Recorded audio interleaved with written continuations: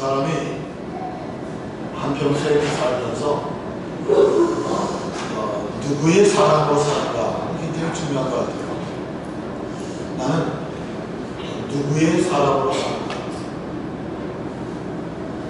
되게 우리나라 여인분들은 남편의 사랑으로 이렇게 살아가죠. 또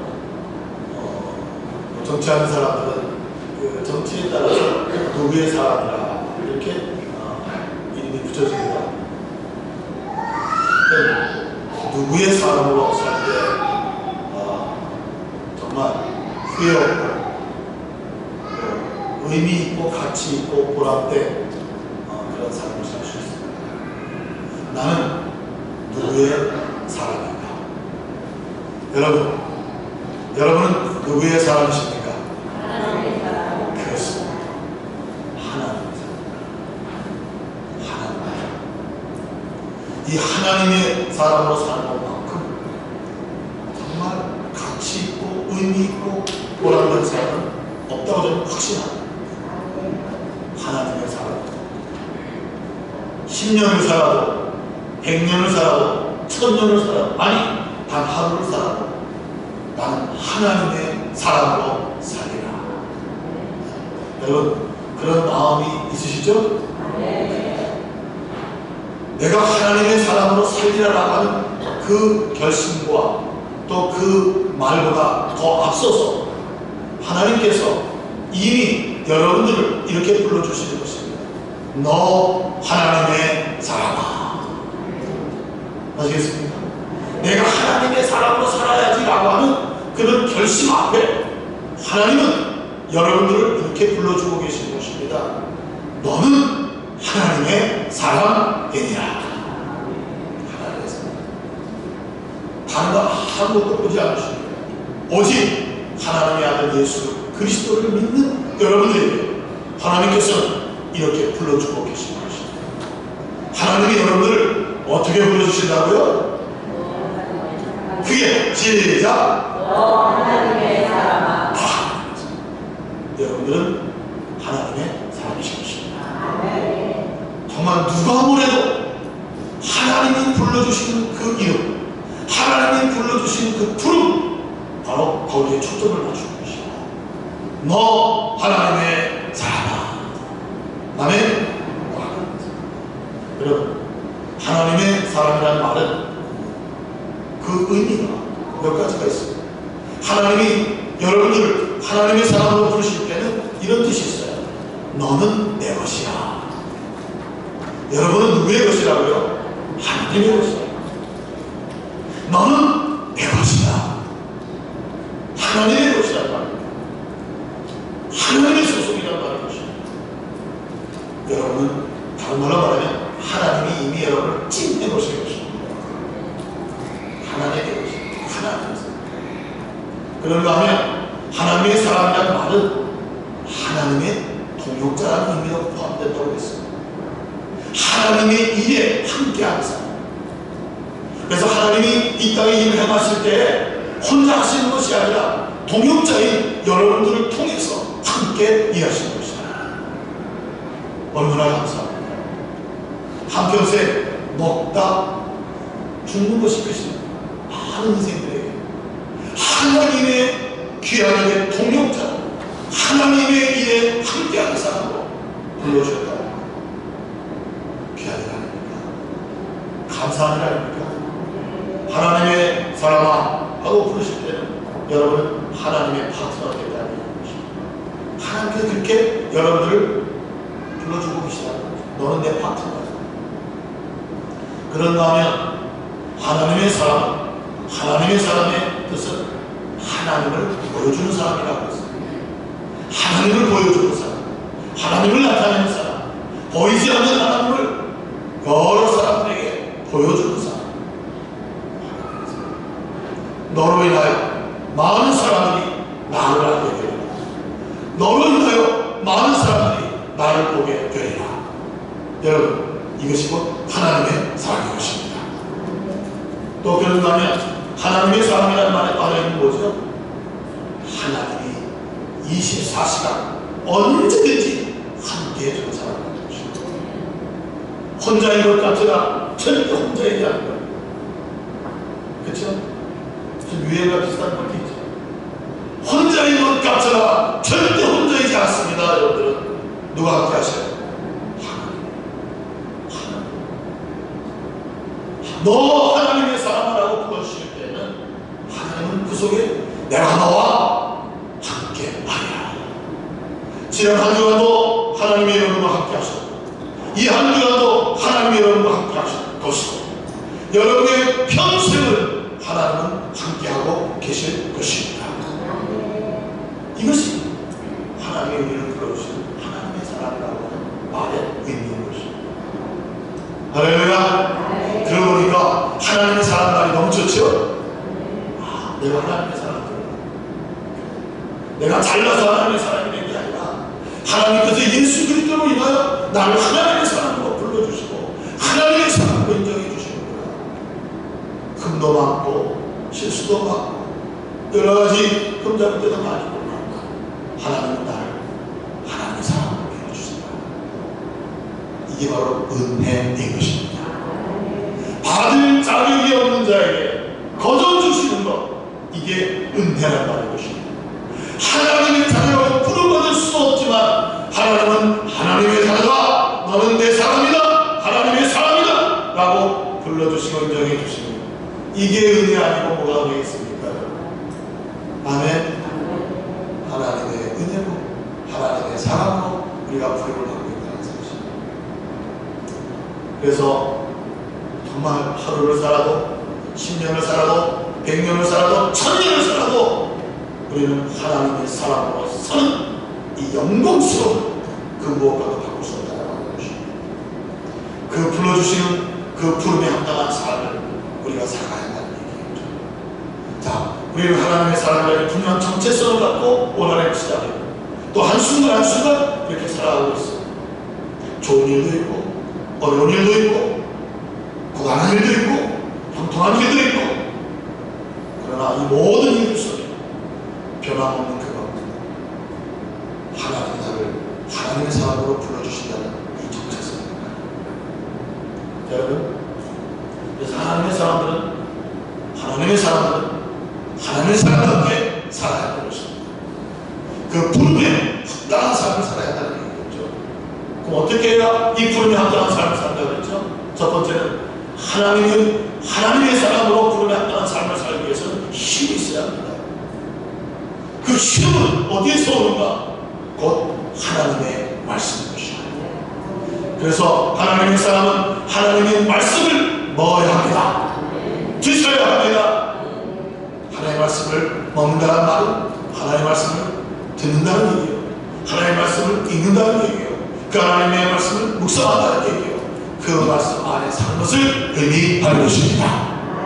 하나님의 사람에게 힘이 있어야 되는데 그 힘은 하나님의 말씀으로부터 온다고 말씀드렸어요. 여러분이 지금 계속해서 성경을 읽고 계시는 줄 압니다. 또 어떤 분도 성경을 쓰고 계시는 줄 압니다. 계속 하실 수 있기를 바랍니다. 아직 시작하지 못할 분은 오늘부터라도 시작하실 수 있기를 바랍니다. 멈춘 분들 이제 새로 시작이 됐어요. 하시기 바랍니다. 저도 예수 믿는 사람은 하루에 성경 독장을 읽으셔야 합니다. 아니 그것도 안 되면 한 장이라도 읽으실 수 있습니다. 하나님의 말씀 이게 하나님의 사람들이 없는 에너지원이 되기 때문에 그렇습니다. 사람은 밥을 먹어야 사는 거죠. 하나님의 사람은 하나님의 말씀을 먹어야 살 수 있기 때문에 그렇습니다. 여러분 그런가 하면 또 하나님의 사람은 청지기 의식을 가지고 한다고 했습니다. 우리가 살아가는 모든 시간들과 또 우리에게 허락하신 이 모든 재능들과 그리고 물질들과 소유 이 모든 것들은 내 것이 아니라 하나님이 나에게 맡겨주신 것이라는 것입니다. 맡겨주신 그래서 이것이 꼭 하나님의 사람들이 가져야 할 의식인 것입니다. 생각인 것입니다. 하나님이 맡기신 그 모든 시간들, 하나님이 맡기신 그 모든 재능들, 하나님이 맡기신 그 모든 물질들, 하나님이 맡기신 우리의 가족들, 하나님이 맡기셨을 때 하나님의 의도대로 하나님이 원하시는 방법으로 사용하는 것, 이것이 곧 천지기이시라는 얘기입니다. 그럼 그렇게 다 인정하시죠? 그렇습니다. 그런가 하면 하나님의 사람, 하나님께서 축복자로 부르셨다고 했습니다. 하나님은 하나님의 사람들의 축복을 통하여 사람들에게 복을 주시는 것입니다. 여러분들은 굉장히 중요한 분입니다. 즉 하나님의 파트너입니다. 하나님은 모든 사람들에게 복을 주시기를 원하십니다. 근데 그 복을 어떻게 주시느냐면 하나님의 사람들의 축복인 것입니다. 복을 빈단 말입니다. 복을 빌어요. 하나님께 복을 빌 때 하나님께서 그 소리를 들으시고 그리고 복을 주시겠다고 약속해 주셨습니다. 하나님의 사람들은 축복자입니다. 나라를 축복합니다. 우리가 살고 있는 인천을 축복합니다. 소속해 있는 교회를 축복합니다. 목사님을 축복합니다. 함께 예배하고 찬양하는 우리 성도들을 축복합니다. 미운 사람도 축복합니다. 성경에는 원수까지도 축복하라고 말씀하고 있는 것입니다. 왜냐하면 하나님의 사람이기 때문에 그렇습니다. 하나님의 사람, 축복자로 부름을 받았습니다. 그래서 우리는 축복의 사람이 되어야 하는 것입니다. 그게 아멘. 여러분의 직장에서 여러분의 직장 상사를 축복하십시오. 직장 동료들을 축복하십시오. 여러분의 부하 직원을 축복하십시오. 여러분의 속해 있는 회사가 잘 되기를 축복해야 합니다.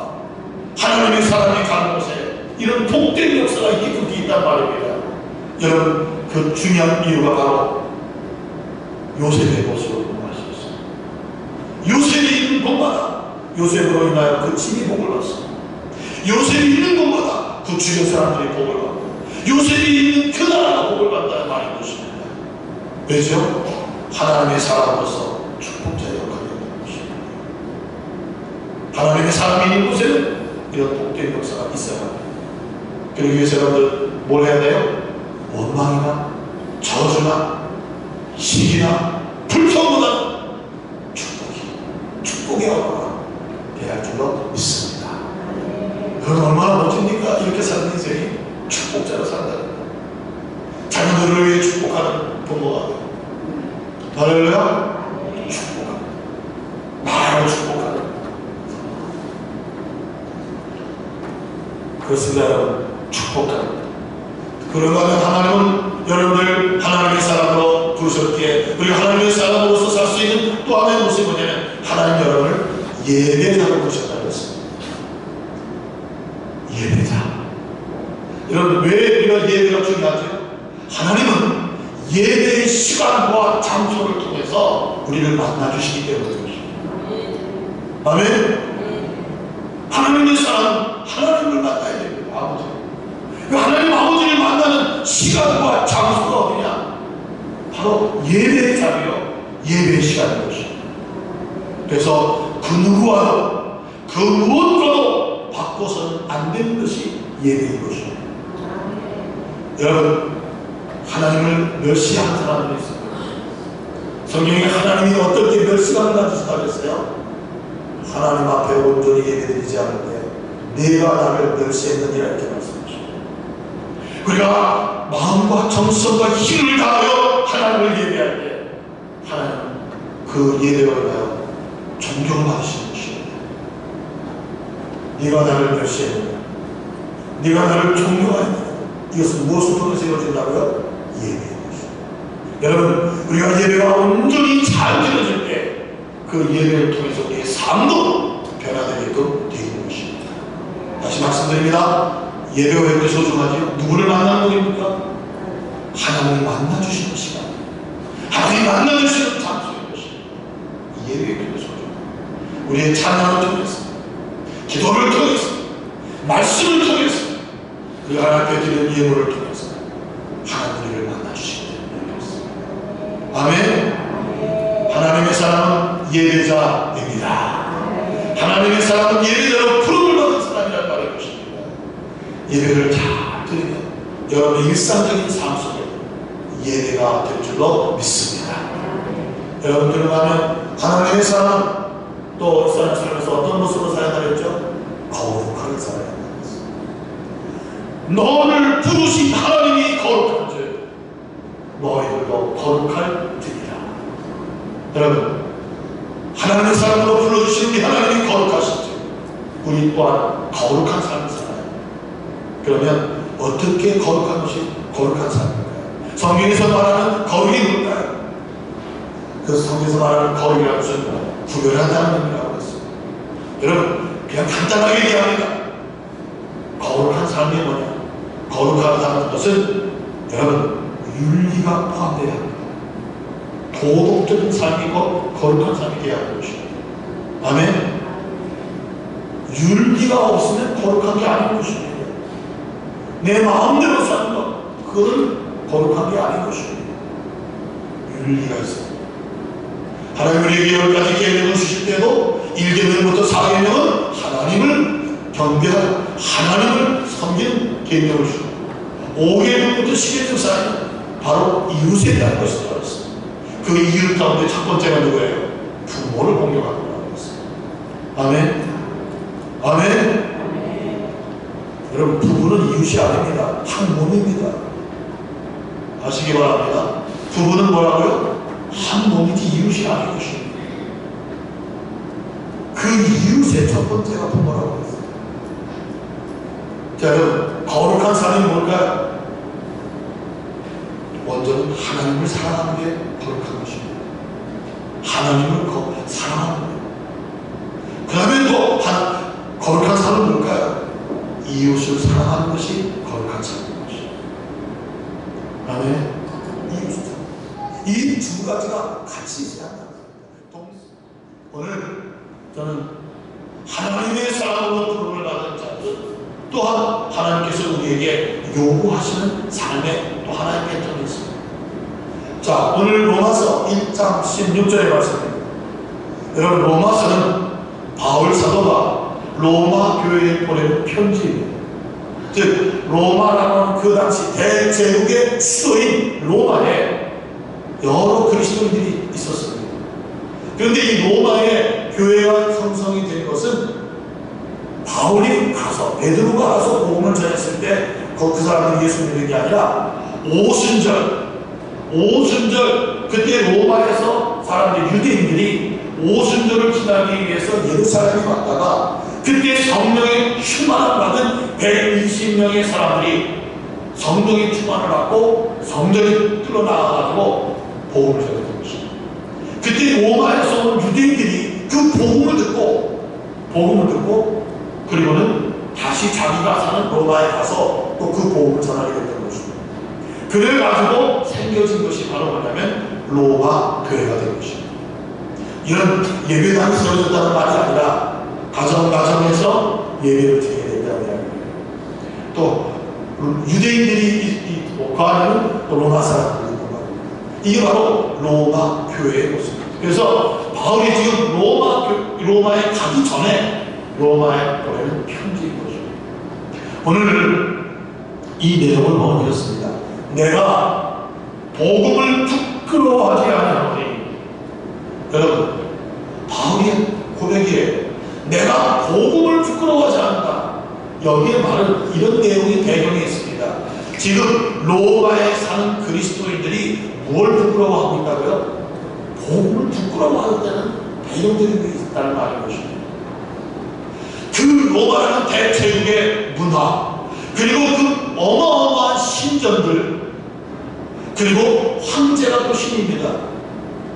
그 가운데 예수를 믿는다는 것이 어떻게 보면 굉장히 초라한 거예요. 무슨 예배당 하나를 갖고 있나, 신전이 있나, 그 어마어마한 제국 안에서 예수를 믿는다는 그 아주 소수자들의 그런 모습들을 보면서 그들은 나는 예수 믿는 사람이라는 그 자체를 부끄러워하고 있다는 것을 우리가 짐작할 수 있다는 것입니다. 오늘 바울이 내가 복음을 부끄러워하는 너희들에게 이야기한다. 사실은 나도 전에는 이 복음을 부끄러워한 사람이었구나. 여러분, 사도행전에 보면 바울은요 아주 골수들입니다. 바리새인 중에 바리새인입니다. 그 바울이 아주 싫어했던 일이 뭔지죠? 나사렛 예수인 것입니다. 나사렛 예수. 어떻게 나사렛 예수가 우리의 메시아일 수 있느냐? 그 목수의 아들이, 이거 말도 안 되는 소리다. 복음을 부끄러워하는 게 아니라 아주 그 복음을 미워했습니다. 그럼 여러분, 복음은 뭘까요? 왜 성경에서 자꾸 복음 얘기할까요? 마태복음, 마가복음, 누가복음, 요한복음, 이 복음이라는 것이 4권이나 됩니다. 그 복음이 뭘까요? 여러분, 복음은 그 말 자체는 유앙겔리온, 헬라말로 유앙겔리온이라고 합니다.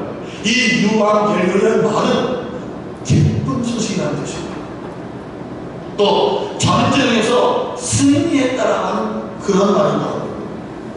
기쁜 소식. 전쟁에서 승리했으니까 기쁜 소식 아니겠습니까?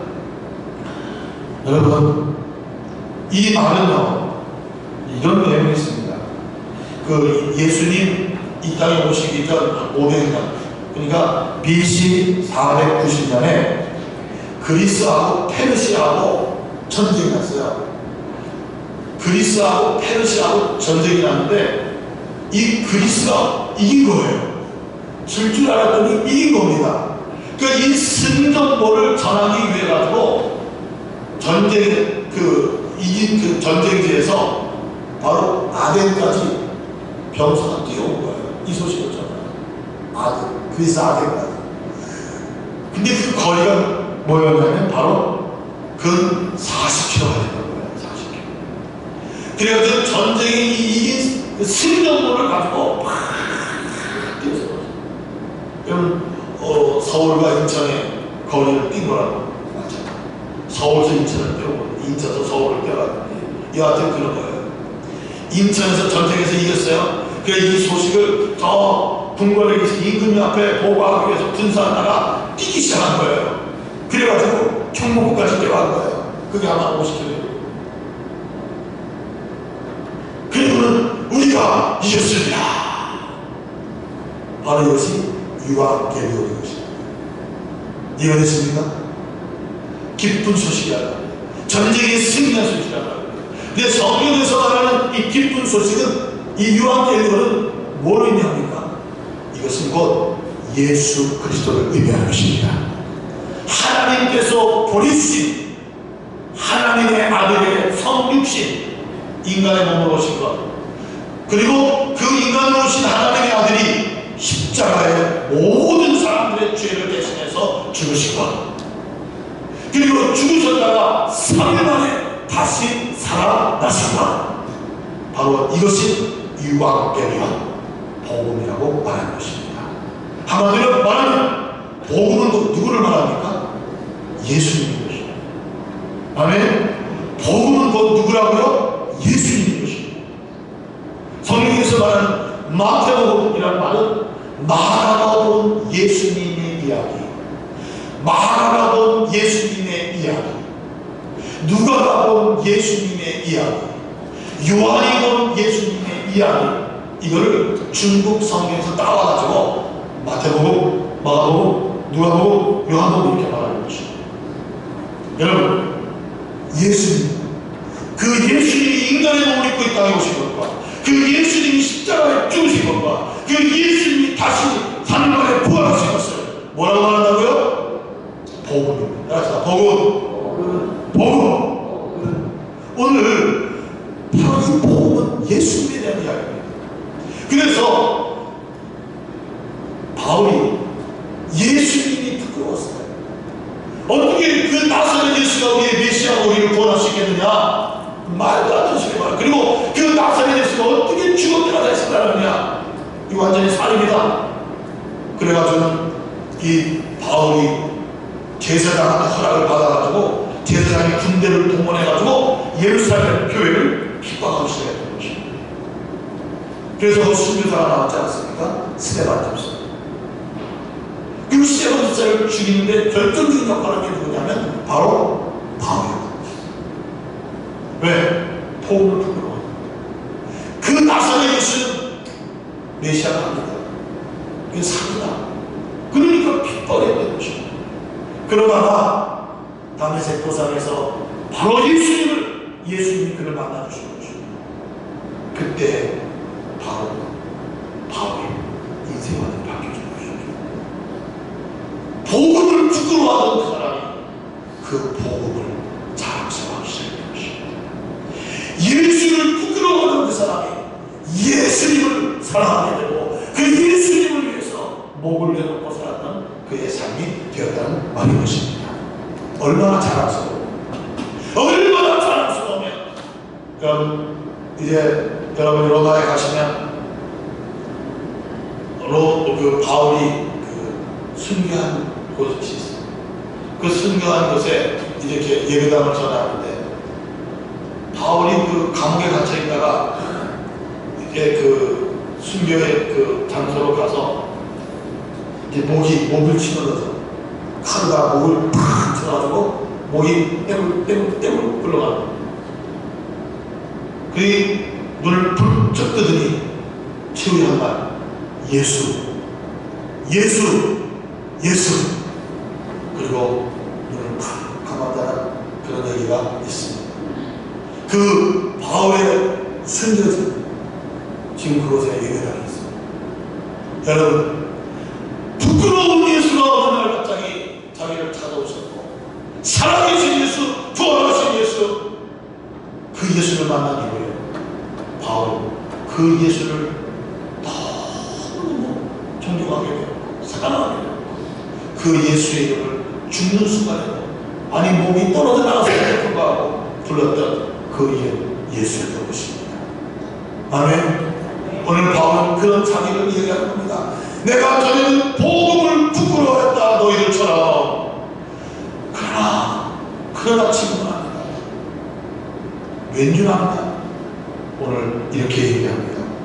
오늘 성경에 보면 이 복음은, 다른 말로 말하면 이 예수님은 모든 믿는 자에게 구원을 주시는 하나님의 능력이 되기 때문이다.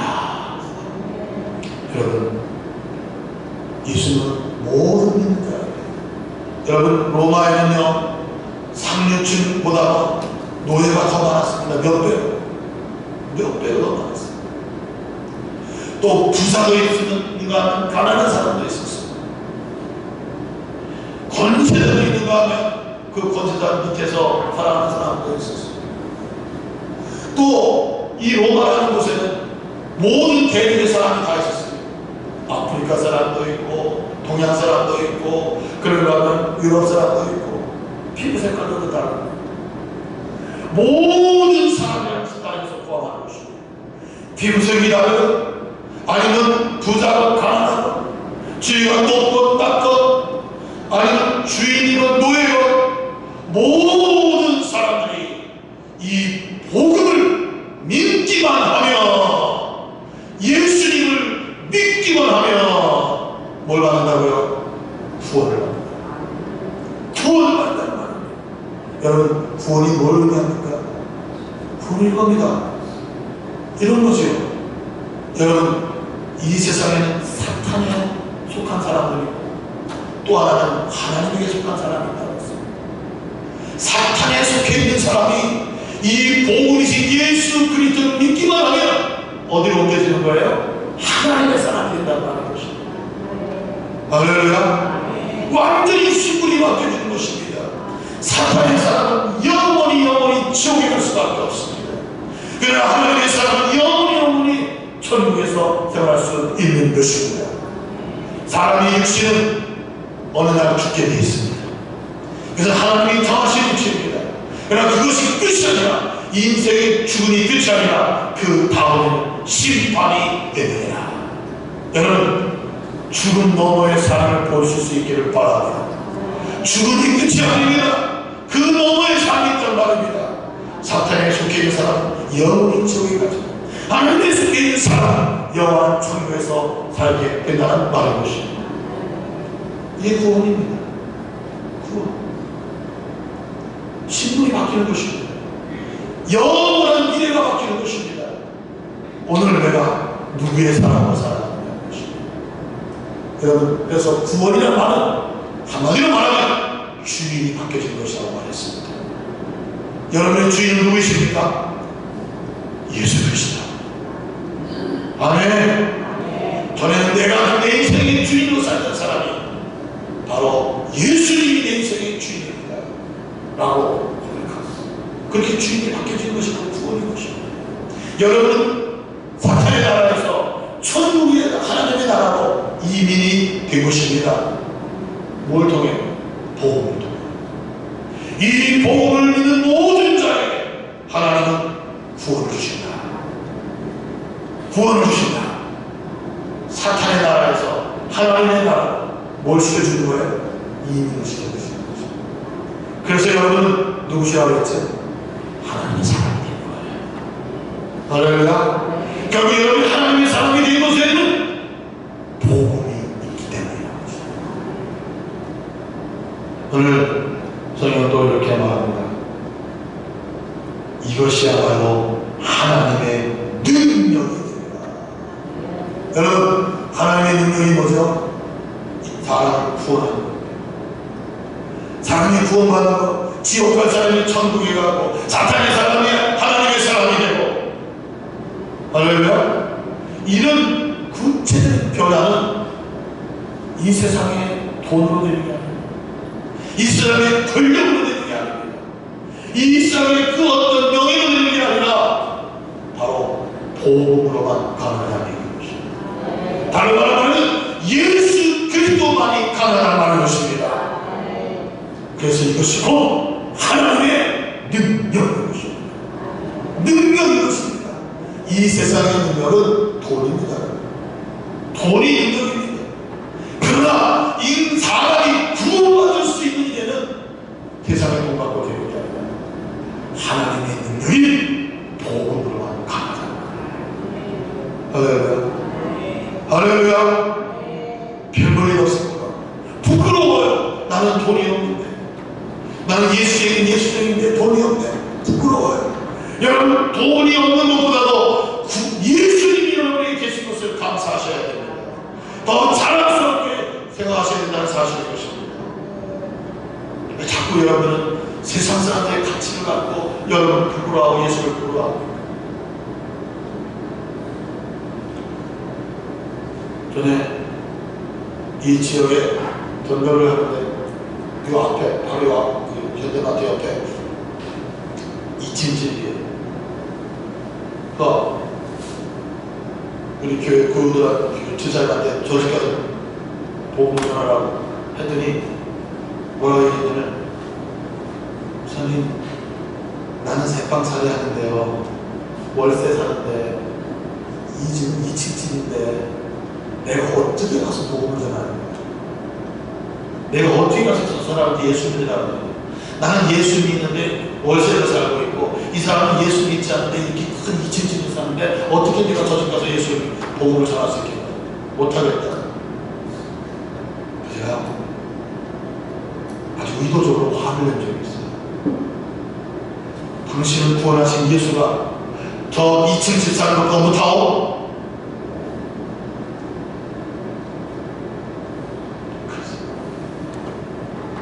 여러분, 근데 그분이요, 나중에는 우리 교회를 나가셨어요. 나중에 저 부평시도 이사를 갔죠. 여러분, 생각해보세요. 하나님의 능력이 뭐냐? 사람을 구원하는 것이 하나님의 능력입니다. 그 하나님의 능력이 사람을 구원하는 지옥에서 벗어나는 것까지 될 수 없습니다. 그래서 이것이, 이 복음이 하나님의 능력이 되는 것입니다. 여러분 믿습니까? 이 복음을 믿습니까? 이 예수님을 믿습니까? 이 예수님이 여러분의 주님이십니까? 아멘. 여러분, 신앙생활이 그겁니다. 구원의 삶이 뭐였어요? 전에는 내 생각대로, 내 마음대로, 내 경험대로, 내 지식대로, 내 감정대로 살던 사람이 이제는 예수님이 내 인생의 주인이 되셔서 그 예수님에 의해서 살아가는 사람, 이것이 곧 구원의 삶인 것입니다. 아멘. 예수님이 여러분의 주인이시니까 주인 되신 예수님에 의해서 말하고, 주인 되신 예수님에 의해 결정하고, 주인 되신 예수님에 의해서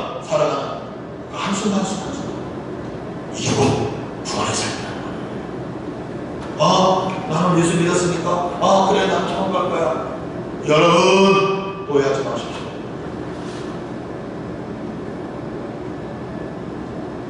복음과 믿음이라는 것은 인지하는 것이 아니라 주님에 의해서 사는 삶을 말하는 것입니다. 아멘. 자, 여러분, 오늘 바울은 이 예수님이 그 부끄러워하는 로마 교인들을 향하여 바로 그런 얘기를 합니다. 너희들이 노예인 신분일 수도 있고, 너희들이 가난한 사람일 수도 있고, 너희들이 여러 가지 모습에 사람들이 알아주지 않는 그런 사람일 수 있으나 하나님의 능력이 복음을 통하여 너희들이 구원받지 않겠느냐 한다면 이 복음이 얼마나 귀하고 아름다운 것이냐 하는 것을 그들에게 알려주겠다는 것이죠. 여러분, 물질이라는 거 무시하며 살 수 없습니다.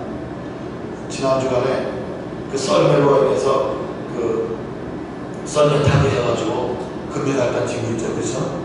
막 박수를 치고 한다고 했습니다. 그 코치가 그런 말을 하더라고요. 저 금메달은 그냥 탄 게 아니라 돈으로 탄 겁니다.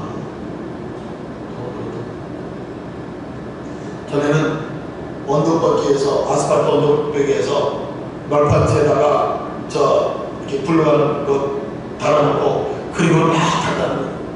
왜? 썰매살 돈이 없으니까. 그리고 그 탈만한 장소도. 그리고 대회 나가면 다른 나라 사람들이 타다가 버리고 그거 주워다가 또 빌려주면 빌려서 타고 그렇게 대학 시합을 나가다. 그러면서도 조금 성적이 나아지니까 그때부터 후원이 들어오기 시작해요. 기업에서 후원이 들어오고 또 뭐 체육회에서 후원이 들어오고 정부에서 후원이 들어오니까 그때부터 썰매도 새로 사고 그리고 해외 연수도 갈 수 있고 외국인 코치도 들어오고 그러니까 금메달 하나 따는 건 그냥 되는 게 아니라 수억이 따는 겁니다. 수억. 그 코치가 하는 거예요. 돈 없으면 이거 못했습니다. 여러분, 돈이 있어야 금메달을 따는 거죠. 그렇죠? 이게 돈의 위력입니다. 돈의 능력입니다. 그래서 모든 사람들은 돈하고 삽니다. 그러면 아무리 귀한 돈이라도 어마어마한 돈의 능력이 있다 할지라도 돈 가지고 구원받지 못합니다. 오직 오직 예수. 아멘. 하나님의 능력. 오늘 이 모습을 보면서 하나님의 사람들은 첫 번째로 복음을 부끄러워해서는 아니 될 줄 압니다. 할렐루야. 저는요, 중학교 때요, 성경책 갖고 교회 가다가 학교 친구 만났어요. 야, 너 어디 가냐? 나 저기 가. 성경책 들고 가서 뒤로 납치고 나 저기 가. 아니, 나중에는 내가 왜 교회 가다는 말 이렇게 못했을까? 내가 왜 교회 가다는 말 못했을까? 나 예배드려 간다는 말 못했을까? 그냥 저기 가다 이렇게 부끄러워했을까? 정말 아주 그 회개만 했어요. 여러분, 부끄러운 거예요. 이 사실을 알기 전에, 예수님을 인격적으로 만나기 전에는 이게 부끄러운 거예요. 진리에 올라가기 전에는 이게 부끄러운 거예요.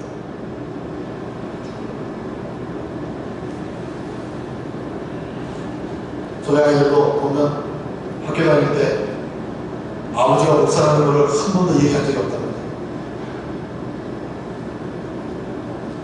부끄러웠던 거죠. 그 당시는 우리가 지금교회 또 저 동안에 있을 때 그런 일이 있었어요. 하루는 그때 아마 우리 애들 중학교 다닐 때 우리 큰애가 심통이 나가지고 막 땀을 비실비실 흘리면서 이제 고가도로 그 철로를 넘어가지고 걸어서 이제 동쪽으로 중학교 다녔습니다. 그리고 비실비실 땀을 흘리면서 가방을 갖고 그리고 이제 동안관계 와서 같이 덮여 살았잖아요. 교회 안에서 우리 살 때. 진도 많고 막 그래서 가방을 탁 돌리더니 하는 말이에요. 아빠, 교회를 새로 짓든지 아니면 다른 곳으로 이사를 가든지 둘 중 하나를 해. 텔교회 죽었어. 그 얘기를 듣는 거예요. 야, 임마, 그 내가 그렇게 되는 건 아니더라. 걱정이 버린 거예요.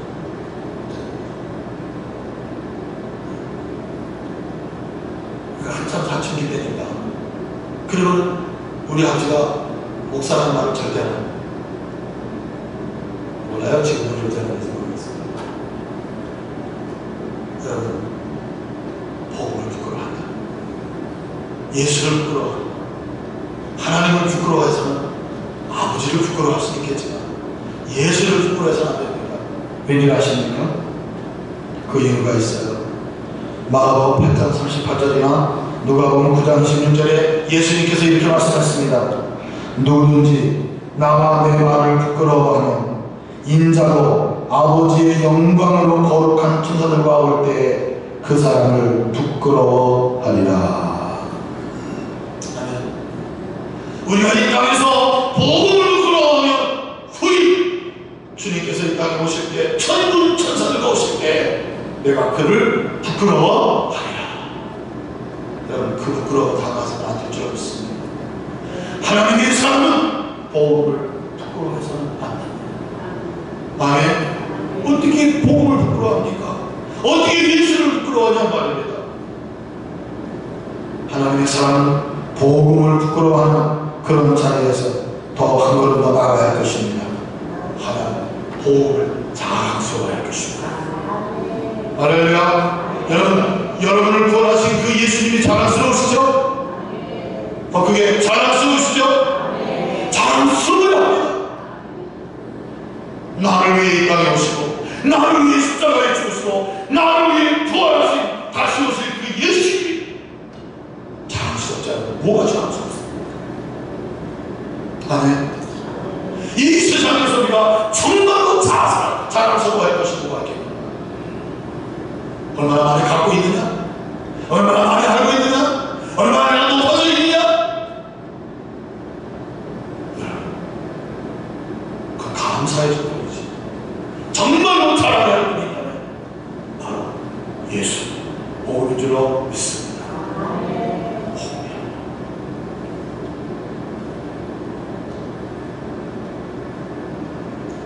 자랑스러워야지. 서창동에 가면 서창동에 그 성교교회가 두 개가 있어요. 거기에 이제 그 전원교회가 하나 있습니다. 그 녹지 그린필드를 한 2,000평을 샀어요.